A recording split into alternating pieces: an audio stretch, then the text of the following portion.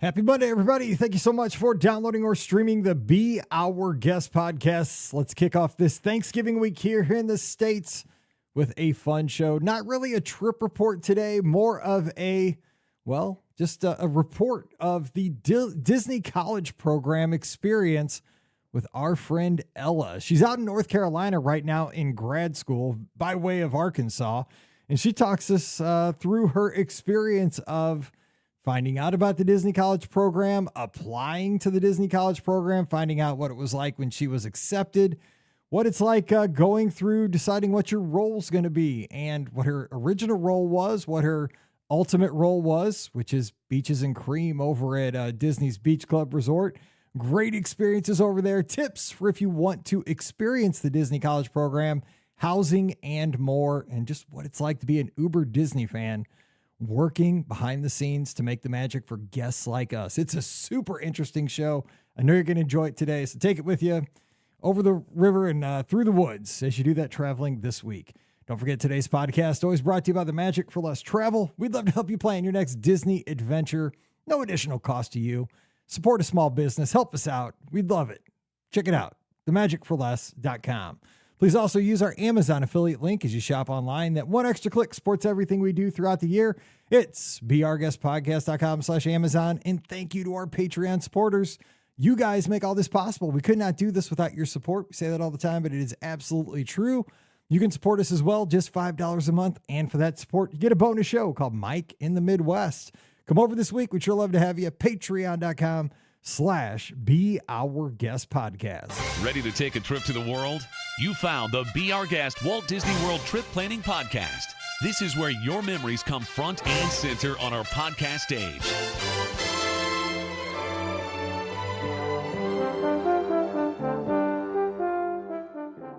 Welcome to episode 2802 of the Be Our Guest Walt Disney World Trip Planning Podcast. I'm your host, Mike Rallman from BeOurGuestPodcast.com and one of the senior agents over at the Magic for Less Travel. Happy Monday to you. Hope you had a great weekend and an early happy Thanksgiving to all of our friends here in the States. Of course, we will be here on Wednesday with more of your listener questions. So don't fret. We have one more get together before we eat the big turkey and have all the stuffing and all the sides. I like the turkey, but I'm more of a sides guy myself. So that's just where I stand on that. But if you have questions, get them in. Mike at beourguestpodcast.com. Time to get that on this week's show at this point. But today we're switching it up a little bit. Not really a trip report. Well, I guess you could consider it a long-term trip report.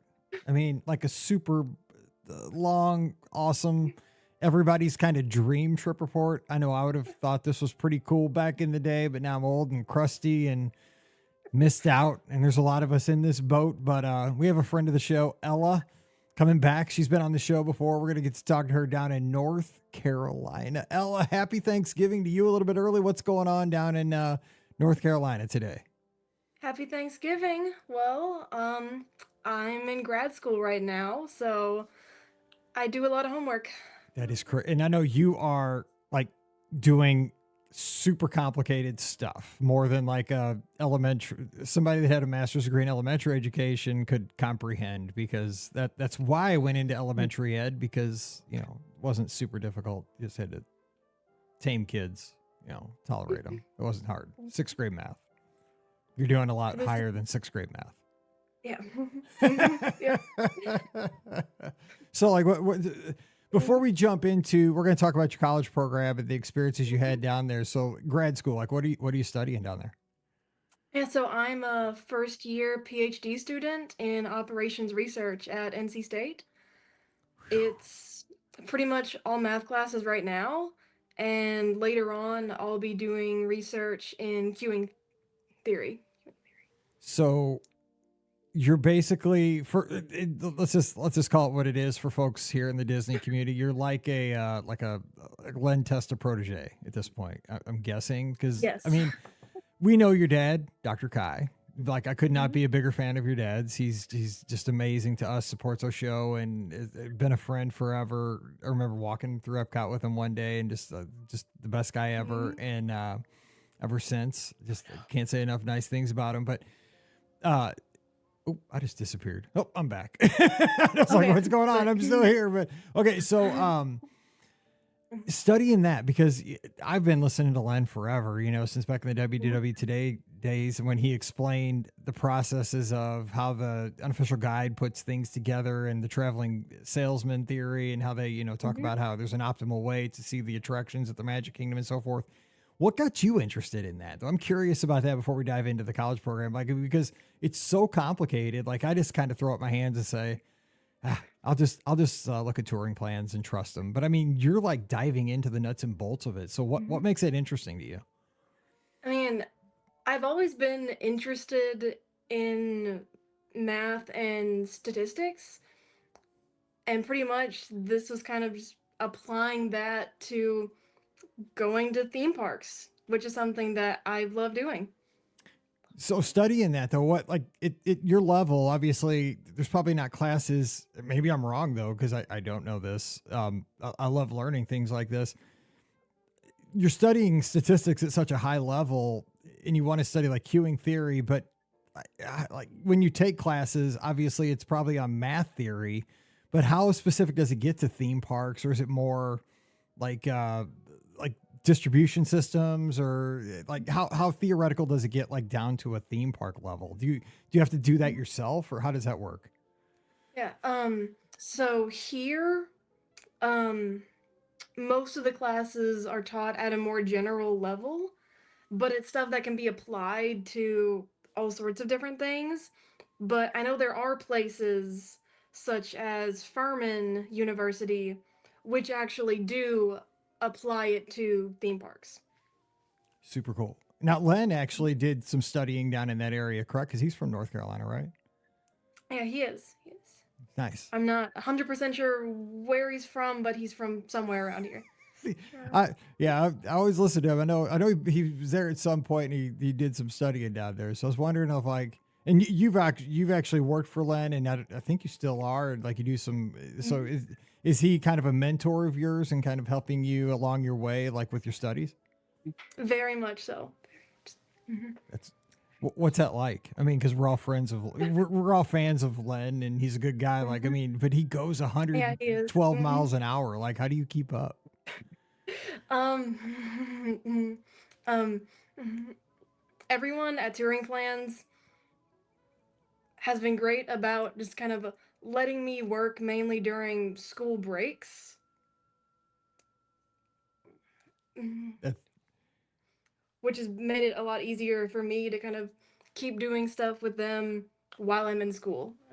that's awesome. It Mhm. I love it. I can't imagine though the energy in the room, I guess you could say, when it comes to the amount of data that they have, and then the how you Oh yeah. crunching it and saying, Mhm. okay, well, let's look at this. Like, how can we look at this a different way? Like, what is this telling us?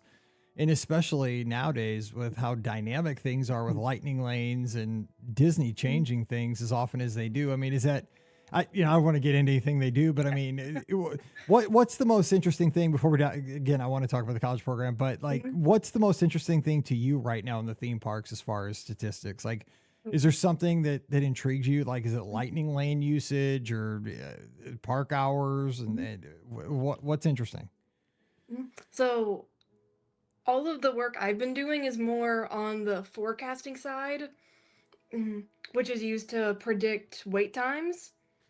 And so with that, um, I've looked at more seasonality and park hours mainly.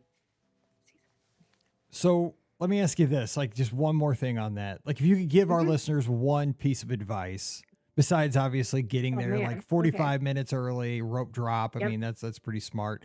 But is there something you've learned that's Oh. kind of a little hidden gem for our Yeah. listeners Okay. that could help them out? Um.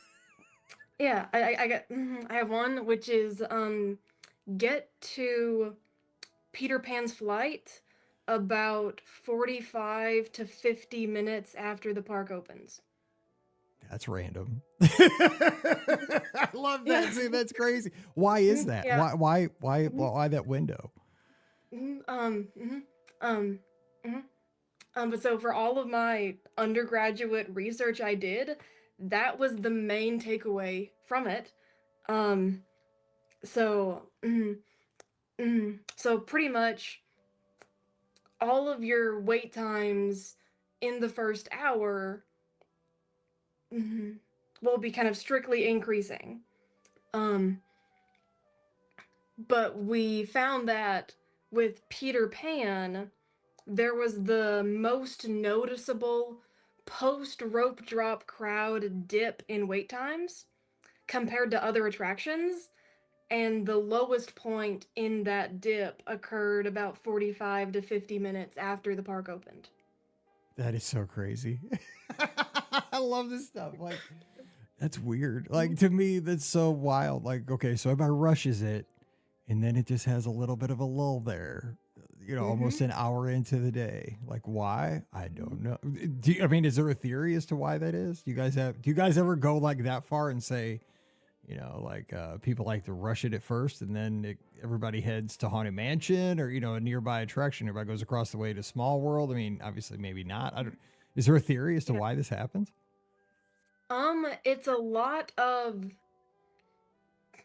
people going to Seven Dwarfs first. Yeah. And doing things kind of nearby. But there's also the crowd that goes to Peter Pan first. And so it's kind of the people who are after the Peter Pan first crowd, but before most of the crowd from Seven Dwarfs finishes. That's a good. Oh God, it makes sense. Yeah, now you say it that way, it totally makes sense. It's like the early birds first, and then it's going to take the Seven Dwarfs people a little bit of time to actually get through the queue, the attraction, and then they're going to rush. Yeah.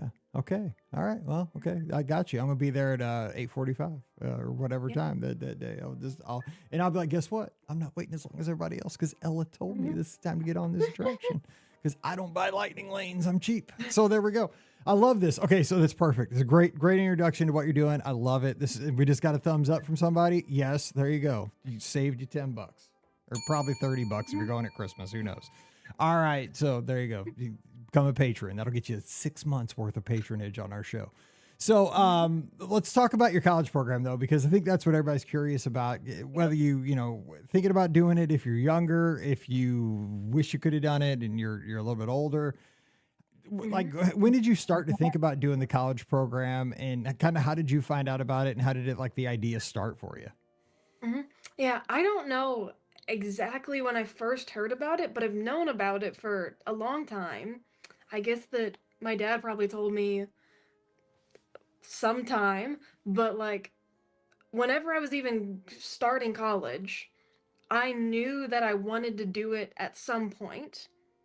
And pretty early on, because I was in the honors program at UARC,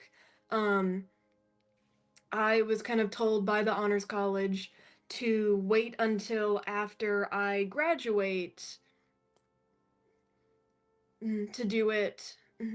And so I did.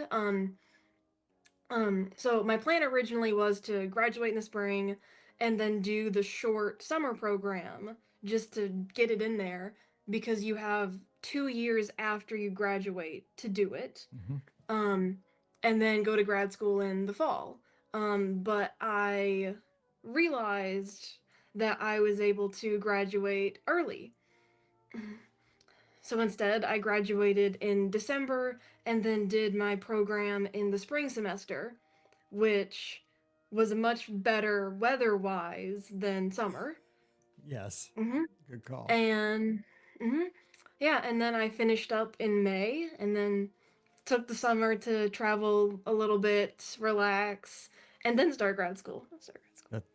Good call. And by the way, let me just say, because when this show comes out, we're in rivalry week for football, Mizzou, Arkansas this week. So in Missouri, it's Arkansas Hate Week, which is ironic that we have a Razorback here and a Tiger on the show at the same time. I know. I'm in my Mizzou stuff as we're going. I know this is ironic, but we love each other here. It's just, but I mean, put us on the football field. We're invading Fayetteville this weekend, and we're gonna come out with a W. If we don't, it's sad because Arkansas has lost almost every game this year, but it's gonna be okay. If we lose, I'll be a mess. Okay, so I love this, but no, I know because you're brilliant. Like you graduated early, so let's talk about because here's I think something that really help people out that are thinking about this. Because I see it, I don't know exactly, again, because I haven't done this myself, but like the season of the college program applications, and you see, people get posting their congratulations, you got in, and some people get disappointed because they don't.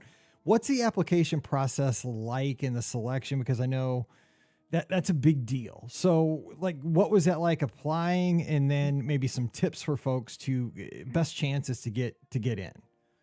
Yeah, so the application is an online form. It was pretty short, to be honest. And then afterwards you do a phone interview, and the person who does that is really who determines your acceptance. And then also on that phone interview, they will kind of try and gauge what roles you would be best for. But so I'll say based on my phone interview, definitely just let your personality shine through. Don't try to be too professional, and don't try to be too just sort of happy bubbly. Just kind of put it somewhere in the middle so that your recruiter can kind of get both sides. I wonder how I would be, because I'm pretty bubbly as it is, but I don't know. I mean, this is how I am all the time. Like, I mean, I don't just come in here. I mean, I don't always talk with this kind of a voice all the time, but I mean, I do sometimes just to annoy my wife. I mean, it's just, she's like, stop. But it's so funny though, because I guess they are kind of assessing like, where would you best be suited at Walt Disney World for guest experience, right? And yeah, exactly. But then I would imagine but you also though have to be professional enough to fill that role, right? Just to be offered a job in general. True. But I mean, as an individual though, you have you get to put your preferences as to what roles you would like to have. So then I guess the two kind of have to meet. So how does that work? Because you do like say, I would like to be maybe custodial or hotel or attractions or merch or so like you get to, and then, so tell us about that. Like how does a role get assigned in the end? Yeah. So I'll say on the online application, it basically kind of goes through every role category, and then for all of them except for the biggest three,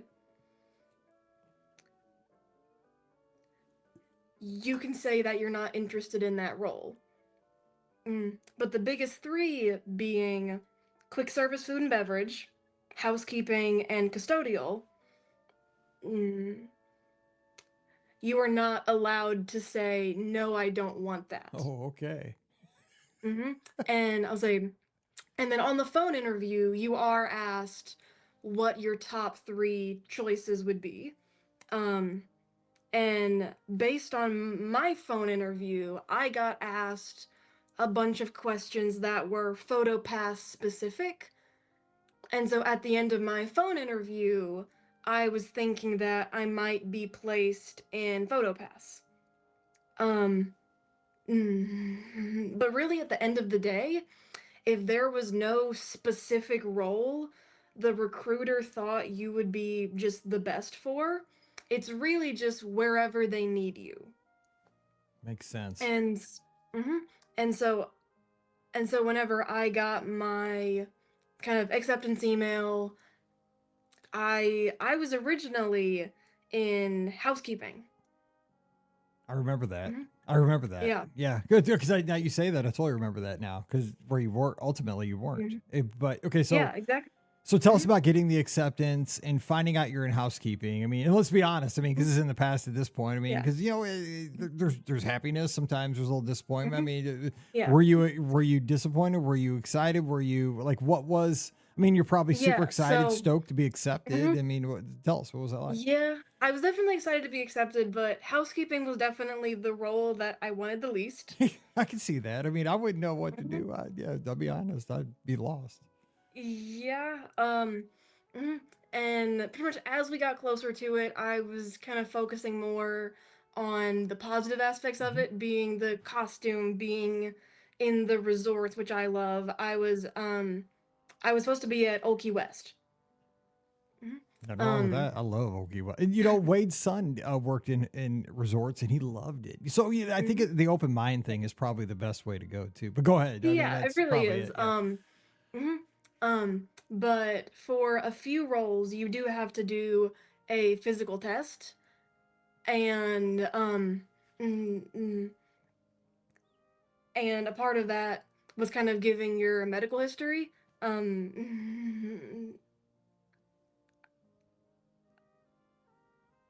I've had a few kind of problems, so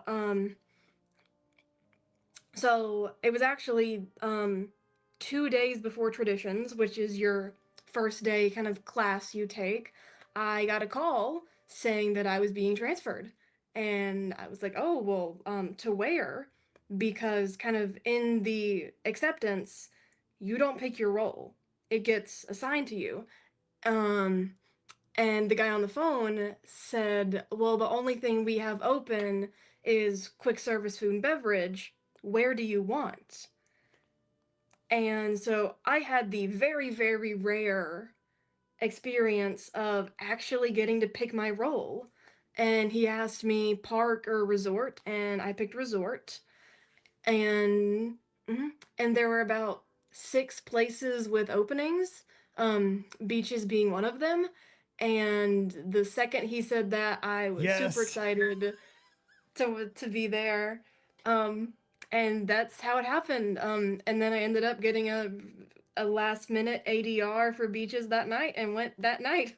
Yeah, I say Mhm. you hit the To meet jackpot. people. I got to give you the bell because if they'd have said that, I'd be like, yes, yes, sir. I'll take beaches and cream over, because Mhm. working at the Yeah. resorts would have Yeah. been fun, but I mean, it'd have been really, I'd imagine pretty physically demanding and, but I mean, any Mhm. like experience you're going to have, like, cause you're going to meet people, you're going to get to be Mhm. behind the scenes. You're going to be part of the magic. That's awesome. But I mean, working at beaches and cream, I think that'd be Mhm. super cool. Oh yeah, Like, it if was somebody's gonna ask me, amazing. I'm I like, loved let's it there. I go. loved it Like, there. I just love that place because Mhm. you're going to see all the guests and like it's more, Yep. you're going to be in the, up close with guests more. So Mhm. I'd be like, that'd be Yeah. super excited.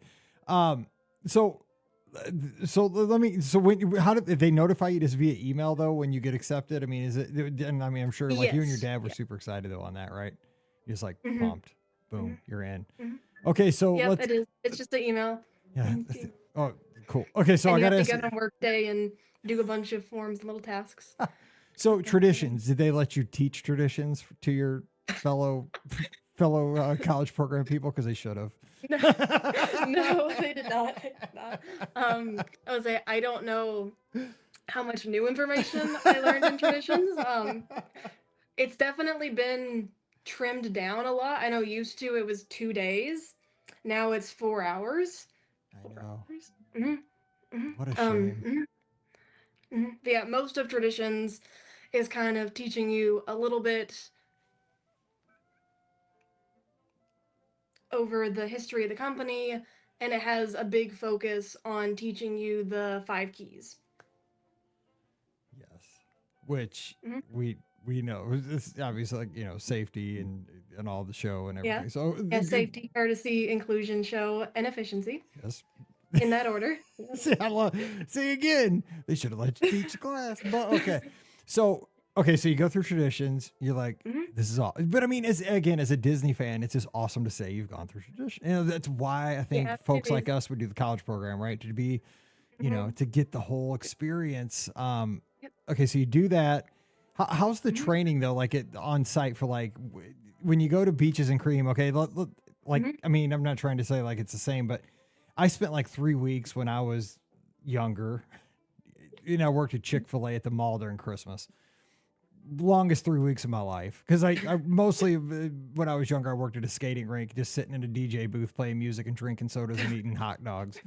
So that was way easier. I decided I was going to get like 25 cents an hour more and work at Chick-fil-A. That was the worst decision ever because that was the hardest 3 weeks I ever worked at Chick-fil-A during Christmas. It was a nut house. But, you got to learn all the Chick-fil-A rules, right? I mean, because they're efficient because they do everything like the right way. I'm sure it was kind of the same thing with your training, right? They show you like how everything's done. I mean, is the training pretty strict? I mean, was it exciting like on site as far as beaches and cream and stuff like that? Yeah, so my first day was ops training, which is just kind of everyone who works under the operations, where they talk about safety, some of the codes which are used, and just how the 5 keys relate to operations. And then my next day, I went over to DU and did food training, which is mostly just kind of like like video online trainings about food safety. And that was most of my day. And then I had like a few days break, I think. And then afterwards, I started my on-site training, um, which was a week. So normally, your first day is your property tour day, um, mhm, which my favorite resort is Yacht. So like that day was just so much fun for me. I bet. So much fun for me. Uh-huh. But mhm, um, but actually, I had that day second for some reason. Um, mhm. And so mhm, mhm. So your training is mainly 1 or 2 positions per day, and beaches has about 6 or 7 positions. Um, there is the cedar. Um, so pretty much what's considered quick service at Beaches and Cream, which is the only true hybrid table service quick service restaurant. So for quick service, we do everything except for wait tables. I was thinking about that because you kept saying quick service, and I'm thinking Beaches and Yeah, Cream's table service. Like I started thinking exactly. about that a few minutes ago. I'm hmm like, you Yeah. said you got quick service restaurant. I'm thinking, is hmm it Beaches Yeah, the table to-go service? window Okay. is considered quick service.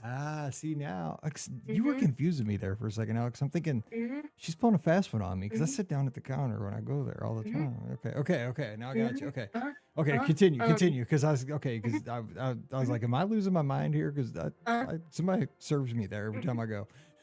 yep. But yep, so for quick service, we do greeter and seater for the table service, which is unheard of at any other quick service location. And we work the cash register for the to-go window. We make all the ice cream for the to-go window, and we make all of the ice cream for the in-house orders as well. So you make the kitchen sinks. Yes. And we'll save it. We'll save it because there's something cool. I know because I got to see the video. Um, okay, so because that's why we got to keep people tuned in. That's what you do on a Mhm. good podcast. We've done 2,800 shows.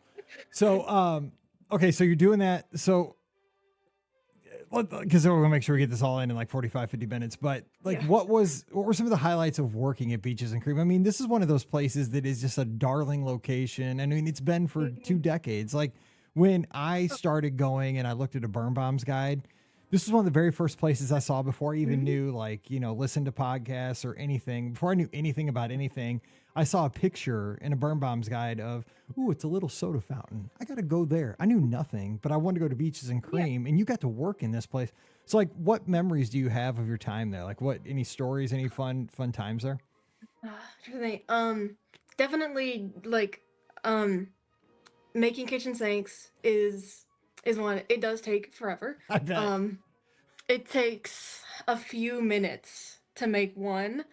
There was one time I had 3 kitchen sinks back to back, Oh my gosh. and mhm, I'm trying to think. There was one time, it was actually right around then. I did a Neapolitan kitchen sink, which in my 4 months there, I had seen ordered once, and I only made one once, and the leader who was there that night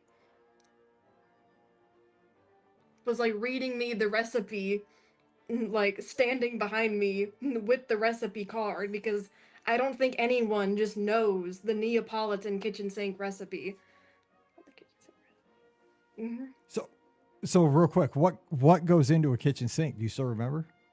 Yeah, so it's 2 scoops vanilla, 2 scoops chocolate, 2 scoops strawberry, 1 scoop mm, Oreo, 1 scoop mint, and then it's the fruity toppings, which are pineapple, strawberry, and a whole banana, and then caramel, and then the Snickers topping, and then hot fudge, peanut butter, and a whole can of whipped cream. Oh, It's a whole can. It's a whole can. And then on top there is a whole one of the shortcakes split into four. There's a whole brownie split into four. There's 4 Oreos. There's 4 orange slices. And the kitchen sink topping mix, which has rainbow sprinkles, chocolate chips, and just chocolate shavings. That goes on there. And then it's chocolate syrup, marshmallow syrup, and a handful of cherries. God bless America. Those things are so good. but I mean, I'll say, I know, I'm an experienced kitchen sink eater. I've had a couple. Nah, you got to do them with people. Like, you got to do them with your crew. Oh, Like, yeah. these are not meant to be single Yeah, shots. the Like, one, yeah, I oh, was like, the one time someone did order one by oh, themselves, what are it they was doing? talk of the place for like 2 days. The- Did you warn them? Like, did the waiter or waitress, like, are you kidding me? Like, do you know this thing I is would going to be, assume so. yeah, like, I remember I was greeting or I was either greeter or seater whenever that happened. Or I was seating, yeah. Yeah. yeah, I'd say you're crazy, but you're going to walk out of here a legend. Yeah, he did not finish it, but he got really, really close. Oh my God. Like your picture's going to Mhm. be on the wall after this. You might not walk out of here, but your picture's going to be on the wall. Okay. Yeah. So the thing is, you got to dig in quick because once it melts, it's kind of gross. Like you got to get it before it starts Yep. melting. So you got to hammer, but you got to get brain freeze too. So it hurts a little bit. It's kind of like Toy Story Mania. You just got to battle through the pain. You just got to eat that thing. Was so good. Oh my gosh. Now I need ice cream so bad right now. You're killing me. But I mean, one of the things, and I know that you got excited, was when, I mean, and I guess this is a big deal for the servers, is when you get to bring out and woo woo woo do the light and everything. Because when somebody orders a kitchen sink, it's not just like, hey, we're bringing this out to your table. It's a performance. It's like a ceremony, right? Oh yeah, definitely. It's it's a pretty big deal.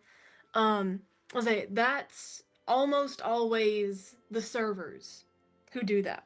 Servers who do that.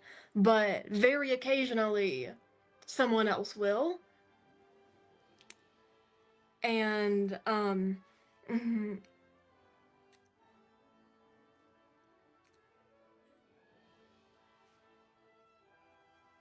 and I actually got to one time.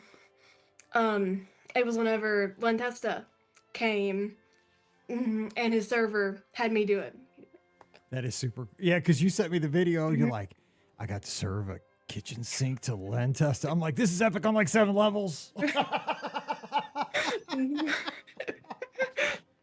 As so, not only is he getting a kitchen sink, it's Len and Ella's bringing, and the lights are going. It's dark. The red, siren lights going. I'm like, oh my gosh, like this is the best. This is the best. I was like, it was. I mean, probably not late at night, but I was just like, this is so cool. When was it? It was lunch shift. Oh yeah, I can't remember. It was like I was like, this is the coolest. So, okay, so shifting gears, I want to ask because again, I want to get all this things just so people can use this as a resource down the line.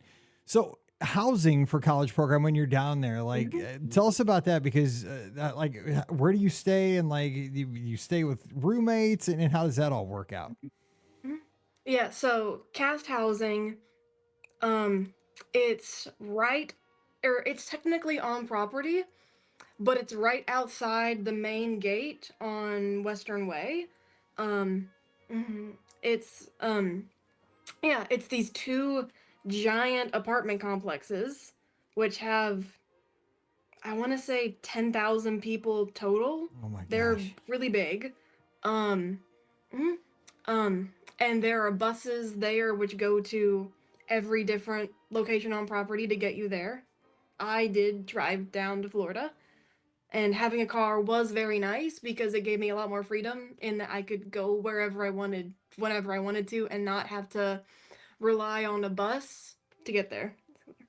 Mhm. Yeah, I'd imagine that And the is buses helpful. sometimes drop you off in random backstage locations. Yeah, I definitely. I mean, if I could have a car, we're from like areas like in the Midwest where we're just used to having a car. I'd imagine Yeah. if you come from like New York City, like it's probably not a big deal to ride a bus everywhere because like people that use Yeah. you know that kind of transportation all the time, like that's what we do. But I mean, if you're from suburbia, like you're used to taking a car Oh, everywhere. yeah, exactly. Exactly. I would know But yeah, so about 80% of the apartments are what's called a 2x2, where it's 4 people, 2 bedrooms, 2 bathrooms, with a kitchen and a living room. And so most people do have a roommate in the same room. And I was lucky enough to be in a 4x2, which is 4 bed, 2 bath. And there are very, very few 4x4, which is 4 bed, 4 bath. Mhm. But so before you kind of get down there, um, you are able to put in housing requests, and during that, you can choose to link with someone, and I did. We had not met in person yet. It was mostly random. We'd had one 30-minute phone call and said, "Sure, let's be roommates." Nice. It's just like college, basically. I mean, seriously, It it sounds is. like it. It Yeah. is. Yeah, and so and and so originally we were in a 2x2 um mhm, at West. Mhm. But we were moved into a 4x2 in the East Complex. And the East Complex is the one where all of your college program classes and most of the events are held at. Mhm. Nice. So more convenient for everybody.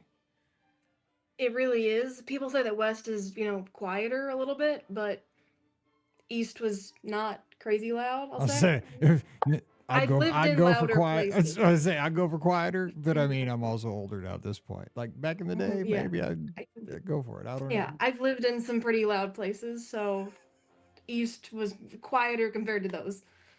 Yeah, back in the day, I mean, because I when I went to college, I stayed at home. Like I was still here going. I went to Missouri Baptist and just down the highway about 25 miles commuting every day. But I lived at Space when I taught at Space Camp. I lived at University of Alabama Huntsville, and I used to climb out my window to play sand volleyball every night. So let's go. So yeah, it'd have been fine. I mean, I had sand all over my floor in that place because there was a sand volleyball pit right outside my window, and I just crawled in and out every single night. We played sand volleyball. Yeah, it was best couple summers of my life. Anyway, so yeah, it was good. So let me ask you about like so obviously work hard, play hard kind of thing too. I know that you had friends down Yep. there. What kind of stuff do you guys do to socialize when you're not in there? Obviously, you get to go to the parks, which is the huge perk there. Yeah, so How do you like enjoy the parks as a college program person? yeah, so my average, I'll say week. So my average day, I so normally I would work in the evenings. Normally I would do 4 to 10 was early. Um, I would either work then or 6:30 to close, and our closing shift time was 12:30, but whenever we finished closing, which normally was a little before 12:30, but sometimes it'd be after, just depends. I can't Um, believe people come in and like start eating at 10:30 at Walt Disney World. Like that just shocks me. yep. hmm Unbelievable. I've done that before. Can people Before. do that? I know people do all the time. Or- Like ADRs at 10:30. Like, what are you doing? I do that. Mhm. But yeah, very rarely I would work 5 to 11. Um, mhm. But normally I would drive and park in the Yacht and Beach Cast parking. And I'll say, for the first part of my college program, I did wash my own costumes. But after I got deployed, I stopped doing that. Um, and costuming closed at about 2 most days. Um, um, mm, so I would drive to our cast parking lot, and then I would go in backstage and pick up a costume if I needed to, which most places, costuming is not at your actual location. Just Yacht and Beach, it happens to be that everything is contained within one building, which is not normal, but very convenient. Nice.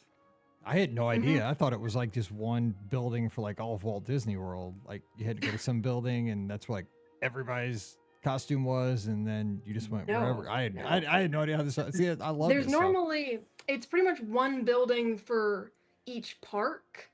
Um, and then resorts, it kind of depends on what they're close to. So, like, all of the Skyliner resorts share a costuming, but with Yacht and Beach, it's kind of a little more by itself. So, costuming is actually in the building.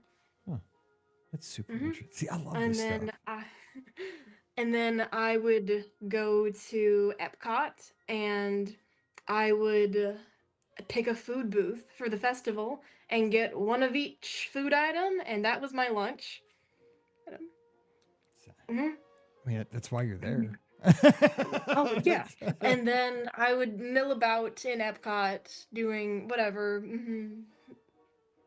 I love it. So, and your dad Mhm. came down to visit quite a And bit too, because he obviously was super yeah, proud. And he I mean, that did gave him an excuse to in. come down quite a bit. Hmm. But oh, and then on my like, mhm, but yes, so normally I worked 5 days a week, and on my days off, on my laundry day, I would, do laundry and go to Cast Connections, which is the cast only store. Part of it is the property control, where it's all sorts of random things. You really never know what you'll find. I found all sorts of things over there, and it's really inexpensive. I found a gigantic box of Christmas ornament dinosaurs for $20, and I knew that it came from Dino Land, so I bought it, and now I have a giant box of little dinosaurs. Stuff you don't need, but you got to buy. Like you don't need it, but Yeah, I've exactly. actually been there because I had a friend who was a seasonal cast member, and she took me there on one of the trips. Like this was again 20 years ago, and again Hmm. I walked away with a name tag that I guess somebody lost, like cast member name tag that said Mike, Hmm. but it was back. This was like again 20 some years ago, where it didn't say like where you were from. You had to give your favorite character, and so it says Hmm. Mike, and under it says Aladdin. So my favorite character is Aladdin, but it's like then I saw it was like a Hmm. buck. I was like, I gotta have a cat. I gotta have a name tag. Hmm. I'm Mike that likes Aladdin now. But it was it was great. It was Hmm. just random Oh stuff. yeah, oh yeah. It was I the coolest bought thing ever. all sorts of things there. I have quite a few shirts and sweatshirts I got for really good deals, and it's like, you can't not, and things get switched out so often. Um, um, mm, mhm. So I went there every week, and then for dinner on those nights, I would go to a different resort. And so at this point, I have been to every single resort table service except for Cake Bake, Flying Fish, Narcoossee's, California Grill, and Victoria and Albert's. Wow. Okay, I've not been to any of those except for I think I've been in Mhm. Narcoossee's. I get Narcoossee's and the other one at Grand Floridian confused. Citricos? Citricos. I think maybe I've been to Citricos. Citricos is the one that's upstairs by Victoria and Albert's. Nope, not been to that one. I've been to Narcoosse's then, Mhm. because Scott took Yeah, me. I went to Citricos with my aunt and uncle one day, Okay. and that was on a whim. They came to visit me, and we were gonna go to Captain Cook's, and as I was driving there, they switched to plan. I was like, oh, I'm not dressed for Citric I was Coast. gonna I've say been in the that's park for 3 hours. So I was like, okay. that's quite the change. Captain Cooks or Citric Oh yeah, it Coast. really was. Oh yeah, it was. It was. I was all sweaty in my t-shirt and shorts, and I was like, I'm not dressed for Citric Coast, but I guess I'm going to Citric Coast. Uh, Citric Coast. Hey, I mean, win in the Grand Floridian. Win on the monorail Exactly. loop. Just go for it. I mean, I'm sure they've. Exactly. I'd been in Animal Kingdom for a few hours. I was like, okay. One time, a whole bunch of us from the podcast went to 1900 Park Fair. We looked destroyed because we were in the Magic Kingdom all day. We said we're gonna go back to the hotel and clean up, and we stayed too long. And then a thunderstorm came along and just tore us up. And we were gonna miss our ADR, so we just went right over. I mean, we looked like refugees when we walked into that place. We know, and they took, and that was back in the day. This was before COVID. They took your picture on the way in. Like, remember? I think they still do this at Chef Mickey's. It was with Like when you yep. go in, they take your picture. I was like, we didn't buy. We should have bought the picture. Like, I don't know why we didn't because we looked so destroyed. But we know they took that picture and hung it back in the kitchen. Like, look at these poor people. Like, the Magic Kingdom destroyed this family or this group of friends. And now they've come here for their last meal. Like they're here just to have a little magic before life takes them away in like 90 minutes because the Magic Kingdom has wiped them out. I mean, just totally destroyed them today. It was so Wow. bad. So I've been there. Oh, Yeah, and then Grand Floridian. on my other day a week, I would just go to a park and have fun. I would do whatever. That's so good. And I mean, did it seem to go by quickly or like because I know some people It do the did. program twice or they extend. I mean, what advice would you have there? Yeah, so a lot of people end up extending. It definitely went by quickly for me. I had some travel planned over the summer. I think I had about 3 trips planned, all back to back. And so doing that would have been really hard to, also be in Florida and working during it. So I left at the original program end date. I did not extend it at all. Or I had 4 trips back to back, actually. I was traveling for about a month. I was going everywhere. That's how you should. Um, Good stuff. yeah, I was like, I went all over the place. Came here to, see campus. That was one of them. hmm Um, mhm. I'm trying to think, what in the world did I? Mhm. But yeah, so a lot of people do extend, and quite a few people end up going part-time or full-time and just staying. That happens, I don't want to say rarely, but more often than you'd think. They just kind of parlay the college program into A full-time part-time job and and then switch to full-time. doing college classes online. Interesting. So that's not super rare, but it's definitely not one of the most common outcomes. I said a lot of people do end up extending. This I would have liked to, but due to having a bunch of travel planned, it would have been infeasible to. Yeah.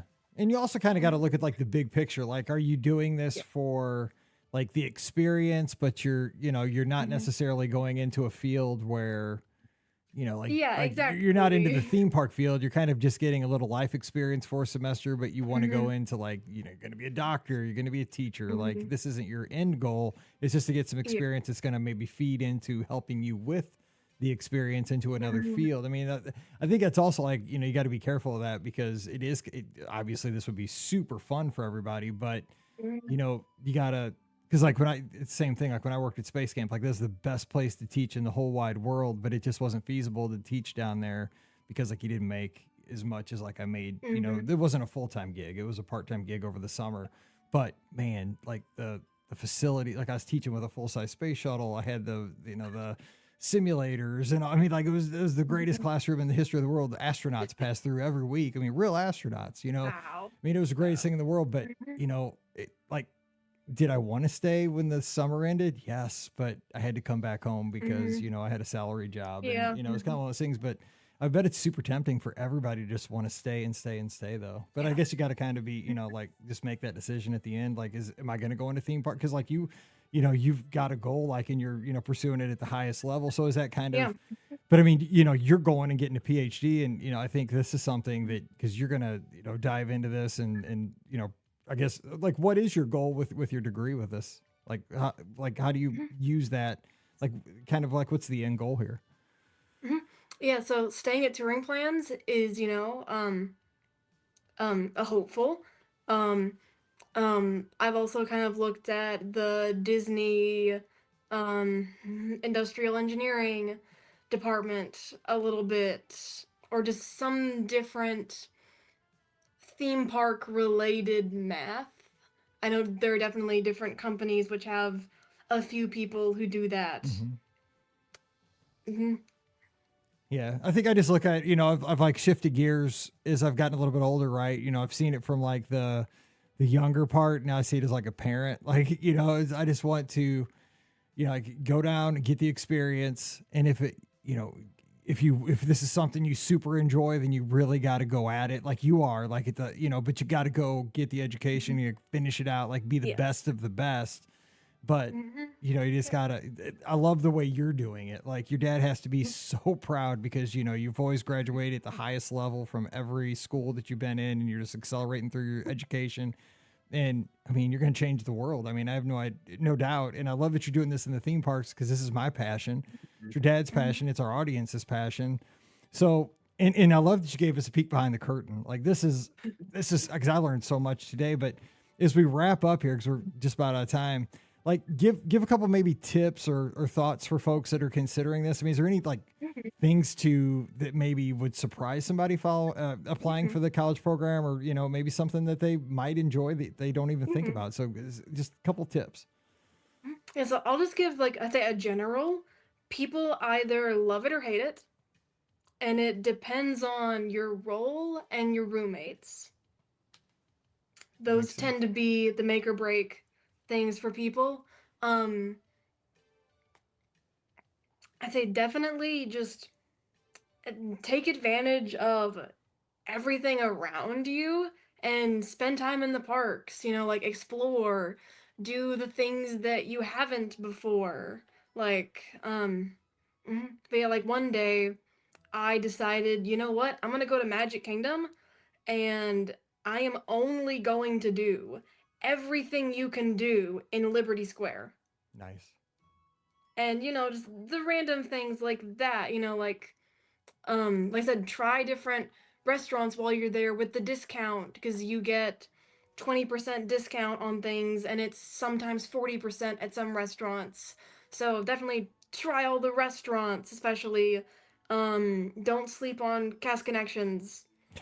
Yeah. Go often because things change all the time.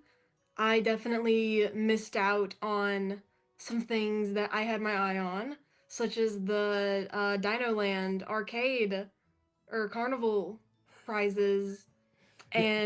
and even old costumes which are being like replaced come in there. And so one day they had the First Order officer costume from Rise of the Resistance, and Shut I up. They think they I had was those in Cast Connections.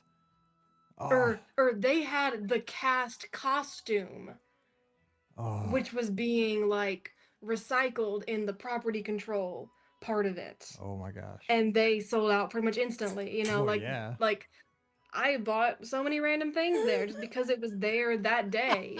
Like I got just this $5 jacket one day and did a little digging and was like, oh well, this jacket that like I bought for a potential part of a costume later on is actually one of the waiter jackets at the like princess restaurant on the cruise line. And I was like, No okay. way. I love that. Oh Yeah, my like, gosh. and That's it so was funny. $5. I was like, well, this can be put into some, I don't know, prince costume. Yeah, I it don't know. can. And yeah, it turns out it's a waiter's jacket from the cruise line. Like, But it's got I was like, history. I Like, can't. I love stuff like Yeah, that, it because, like, does. I love anything like that, because, like, I love anything that's like it's been there, right? Like that Mhm. jacket. This is just how my brain works. Like, that jacket's been on 100 voyages of the Disney Oh yeah. Magic. Like, I like, I'm Mhm. just, like, when I look at the jacket, I would think that, like, it's been on 100 voyages Mhm. of the Disney Dream or the fantasy or whatever. Like, that's cool. Mhm. Like,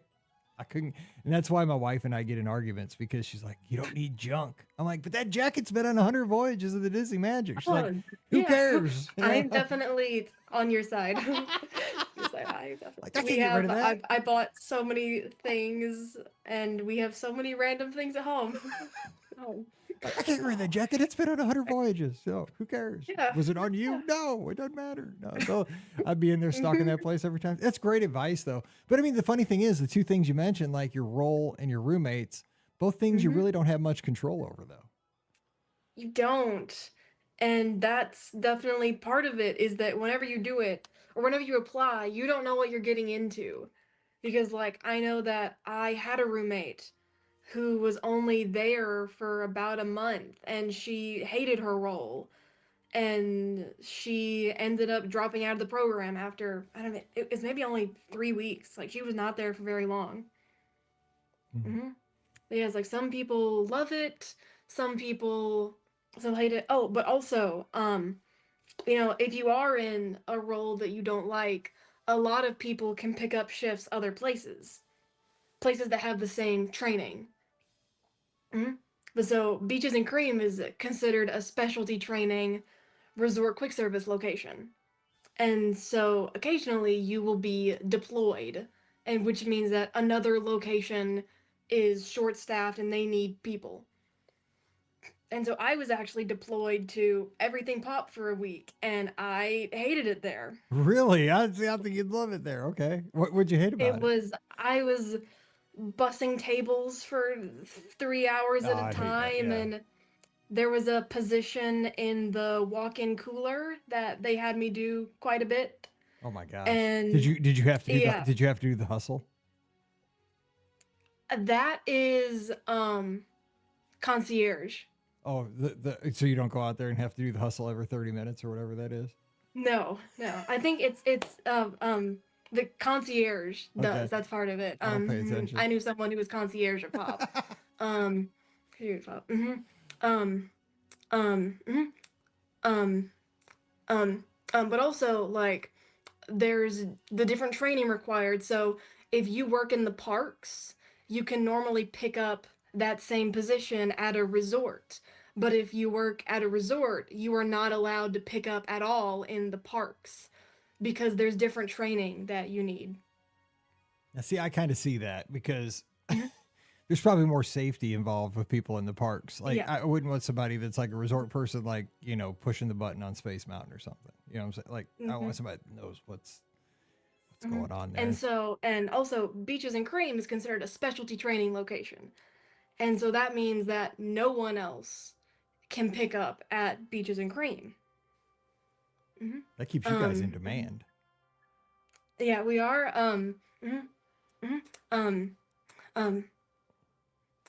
But also because of that, we didn't have kind of random people there. So the cast there is very close knit too. Very cool. It's loud in there though, since they expanded it. It is very loud in It's there. that tile. I know this isn't your problem. Scott and I say this both. When they made it bigger, I know that like you remember when it was smaller. Like they I actually expanded. never went You when never it was small. you didn't go when it was smaller? No, my first time there was, I think, Epcot 40. Oh, okay. Well, so it Yeah. obviously used to be a little bit smaller, and they Yeah, expanded. They it took used part to of the be arcade. Yeah. like a third of the size it is now. Yep. And it was a cozy little thing. I mean, it was near impossible to get in there then, but Yeah. it's still pretty tough, but it's a lot easier now. But God, place is a lot. I mean, it's okay. Like it's It is really fine, loud. but And I'll it's say, the the acoustics. jukebox It's the actually does play music, I think and everybody's you can loud hear in it there. when it's quieter. Yeah, it's that tile floor. It's just the acoustics of that place are just woo. It is very loud in there. Very loud. I can't imagine being there all the time. Well, Ella, this has been so much fun. And, one last question. I got to ask you this too, because I'm curious about this. So you're obviously a huge Disney fan. You're going to get a kick out of it because you're going to like enjoy all the aspects of like seeing behind the curtain, like being a part of the magic, creating the magic for the guests. Did you find that the other people that you came across on the program, like what were the percentage of folks that were kind of like us, that were big Disney fans compared to people that were just going down there, There, and they didn't have any idea of like Disney history. They were just there for, they didn't know what they were getting into. Like, what's that spread like? I don't know overall, but there are definitely a lot of people who do love the parks. But there are a lot more people than I imagined who have never been before. That's wild. I was wondering about that.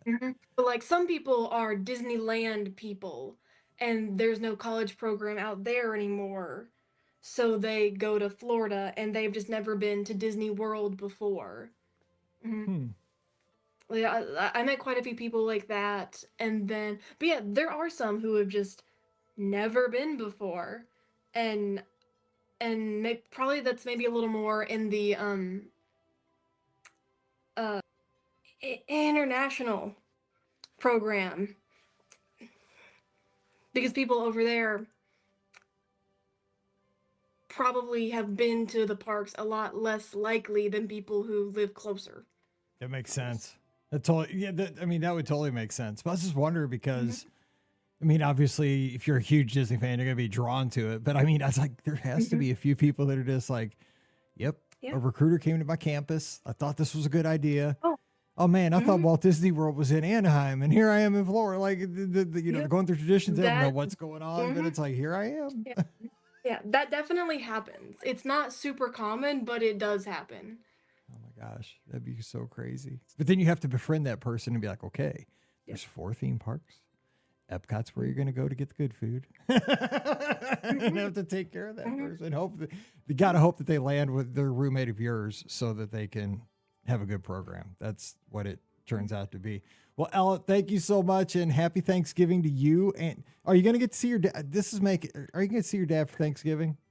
Is he coming out? I'm going home for Thanksgiving. Go, good. That's good. Okay. That makes me happy. I was like, you guys need to see each other for Thanksgiving. I was worried because you're in North Carolina. Okay, good. Okay, good. That makes me super happy. All right. Well, thank you for coming on the show. Thanks for giving us a great thing to listen to here over the Thanksgiving week as folks are traveling. This is perfect to take along. And I'm just glad we're friends, and I can't wait to talk to you again. So hope to see you in the parks here soon. Yeah, hopefully. I might be down there for a few weeks in May with Furman University, potentially. Nice. I'll try to be there. We'll see. I'm trying because that's during World's Cheer, and I'm going to try to take Mallory down. So we'll see. Yeah, it's the end of May is when that is, and I might be down there with them. All right, we'll have to connect. Well, I appreciate it, Ella. Have a happy Thanksgiving. Yep. Happy Thanksgiving to you too. Thanks for having me on. Anytime. All right, don't forget the show brought to you by the Magic for Less Travel. We'd love to help you plan your next Disney vacation for no additional cost to you. Check out all the details today over at themagicforless.com. Please also use our Amazon affiliate link as you start doing all that holiday shopping this week. Just click through our link. It's beourguestpodcast.com/Amazon. And thank you so very much to our Patreon supporters. You guys are the all-stars to keep the show on the air. Thank you so very much to you. You can support us as well, just $5 a month. And for that support, you get that bonus show called Mike in the Midwest. Come over this week. We'd sure love to have you at patreon.com/beourguestpodcast. Don't forget, you can follow us on the social media at beourguestmike. That's on Instagram, x.com, and Threads. You can also join us in our Discord server. That's called the Be Our Guest Podcast Clubhouse. It's free. It's fun. It's for everybody. Your invitation is waiting right now. You just got to go to beourguestpodcast.com/clubhouse. And we'll have the live call-in show this Sunday night. Yes, we'll still do it on the holiday weekend. Even on my birthday weekend, we'll have some fun. We'll open up the phone line. Scotty G, he won't be there because he's getting on the Disney Dream. He's going on a cruise, but I'll be there and I'll need your phone calls. So join us. It'll be, he might be back. I can't keep track of when these shows come out. But hey, either way, give us a call. We'll have a good time. It's Sunday night, 7 o'clock Eastern, 6 o'clock Central. Facebook, YouTube, Twitter, Instagram, and Twitch. We'll be waiting for your call. All right, jumping out of here. Get that Thanksgiving week rolling. We'll be back again on Wednesday with your listener questions. Drop a question, Mike at beourguestpodcast.com. Until then, for Ella, out in North Carolina via Arkansas, I'm Mike here in Missouri. Got to say it, M-I-Z. We're getting out of here. Stay safe, stay healthy, and we'll see you real soon. Don't give me a pig suey. You've been listening to the Be Our Guest Walt Disney World Trip Planning Podcast. If you have questions, comments, or would like to be a guest on the show, please visit our website at beourguestpodcast.com. Thanks for listening, and we'll see you real soon.